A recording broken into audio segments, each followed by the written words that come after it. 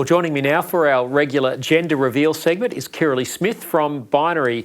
Kirralie, Donald Trump, as we've said before, was elected on the promise to get rid of the harmful gender fluid ideology, but the recently elected LNP government in Queensland doesn't appear to be quite as courageous. Have they made any commitments as far as you're aware? Not as far as I'm aware, not yet, but I know that there's pressure on them to do so, and we will keep that pressure up. Yeah, well, let's go to someone who is putting some of that pressure, a friend of yours and mine, Dr. Jillian Spencer. Now, she was stood down from her job as an adolescent clinical psychologist at the Queensland Children's Hospital, where she blew the whistle on some of the practices of the child gender clinics. She's made an appeal on social media to the new LNP Health Minister, Tim Nicholls. Let's take a look.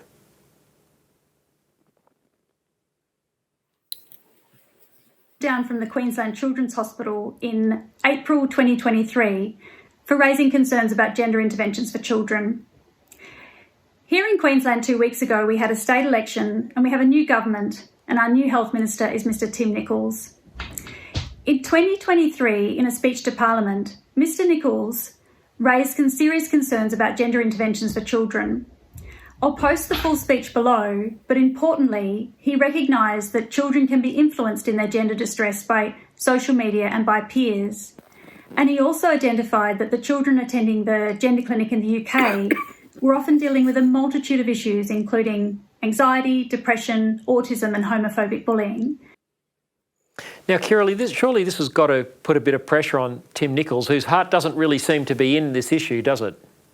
Yeah, absolutely. And look, in opposition, where it can be pretty easy to oppose government policy, he made it pretty clear in his speech. He said some great things about the harms that gender ideology and affirmation practices do to young people. So now he's in the position of health minister in Queensland. He needs to put his money where his mouth is. He needs to pull up his socks and do the work that he said he was going to do when he was in opposition, because they now have the power to repeal these self-ID laws that really harm women in the state of Queensland, and then really look at the gender clinic practices that are harming children by giving them things like puberty blockers and cross-sex hormones that do irreversible, catastrophic harm to young bodies. And it's time that the government stepped in and corrected this gross malpractice. Yeah, and they should immediately reinstate Dr. Jillian Spencer to her job as an adolescent psychologist at that centre. It's a scandal that she was stood down in the first place. I really do worry about them, Kirralie. I mean, they could have made an issue of this during the election.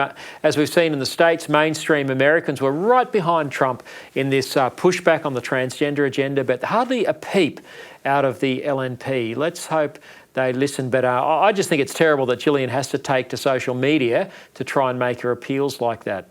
Exactly. She's a very qualified, experienced child psychologist, a psychiatrist. She's seen the harms that are done to children. She has been relentless and courageous in speaking the facts, and it is about time that she was reinstated and listened to. Absolutely.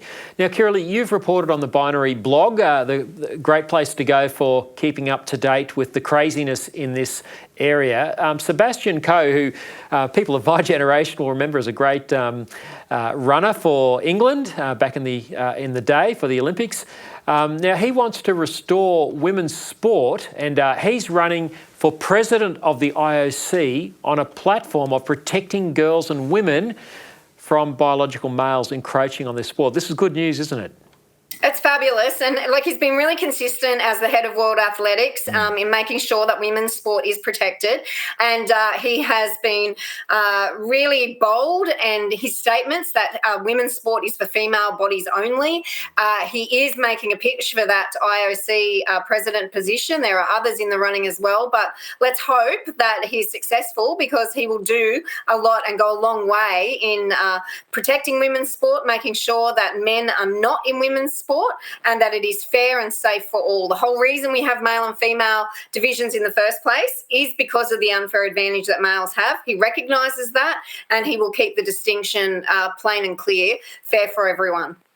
Yeah, it's interesting, Kirralie. Here in Australia, we've got a long way to go. I was looking back through some things I'd written a couple of years ago when Scott Morrison was Prime Minister, and his then Sports Minister, Richard Colbeck, put in place guidelines for Australian sport that allow biological males to compete with women. So we're behind the times here with people like Sebastian Coe. Kirralie, still in the UK, a headline caught me from the Daily Mail. Fertility treatment in the UK is being prioritised for so-called trans men and lesbians. This is prioritised over heterosexual couples that are looking to try and conceive and have a family. Again, this is madness, isn't it? Oh, look, it really is. And it's, it's the ultimate in selfishness and narcissism, because that's not about what's best for the baby. This is all about, trying to affirm someone's personality preferences and sexual fetishes. And so, or hiding from trauma, in their past. And it's really upsetting that this is the way that they think is the best way forward. It is going to do more and greater harms to children. They deserve the best start in life with biological parents who, desire them and want them. We know that that's not always the perfect situation, but to prioritise trans-identified people over and above healthy other individuals is unbelievable in my mind. Yeah, it just seems crazy. I mean, a so-called trans-identified person is a woman who is identifying as a man. So you'd think if they want to be a man, why do they want to have a baby? This is the snake that swallows its own tail, isn't it? The logic is just ridiculous. Well, there is no logic. And then the harm done to that woman's body by taking testosterone and other things is just mind-boggling. And again, this is not about what's best for the baby. This is only about trying to reinforce and affirm a woman's delusion about herself. Yeah. Speaking about sort of delusions and research that might help better inform us, Moira Deeming, the courageous Victorian Upper House MP who was expelled by her own party from the parliamentary wing of that party in Victoria for standing up for girls' and women's rights, she's asked some pertinent questions in Parliament about a longitudinal study that's being done of young people with gender dysphoria. What can you tell us about that? Yeah, well, the Melbourne Children's Hospital, the gender clinic down there, has been doing this study, I think, since about 2016. More than 600 young people surveyed between the ages of 3 and 17. They're following them over several years, and we can only suspect that the outcomes are not what they originally hoped, but as we've seen with the CAS report and other studies done around the world. And so they're refusing to release documentation, data from that study. And so rightly so, Moira Deeming, the MP, has questioned the Health Minister in Victoria and the Victorian State Parliament and asked why is that? Because other health professionals deserve to know what the outcomes of this very experimental, very harmful treatment is on children, and they're withholding that information. So it's going to be interesting to see. There's 30 days that the Health Minister has to respond, and that would be a lot less now. So we'll keep an eye on that and report back once we hear. That's great parliamentary work by Moira Deeming to use the tools of democracy that she has as an elected person to be able to hold the Health Minister to account. Very sinister, Kirralie, as you say, that this information is being suppressed and it's taking a parliamentarian to try and shine some light on it. Kirralie, unfortunately, we've gone over time today and that's all we have time for, but I really appreciate your insights and encourage everyone to go to binary.org.au and keep up with your work there. Thanks again for your time. That's good. And look out for our book launch, which we can talk about more Kirralie, next week. My apologies. Yes, let's get that up. Devastated is the book being launched in just a few weeks' time. Just tell us quickly, Kirralie, how people can avail themselves of that book and even perhaps go to the launch. Yeah, look, we're hosting the launch. It is invitation only at Parliament House in Canberra.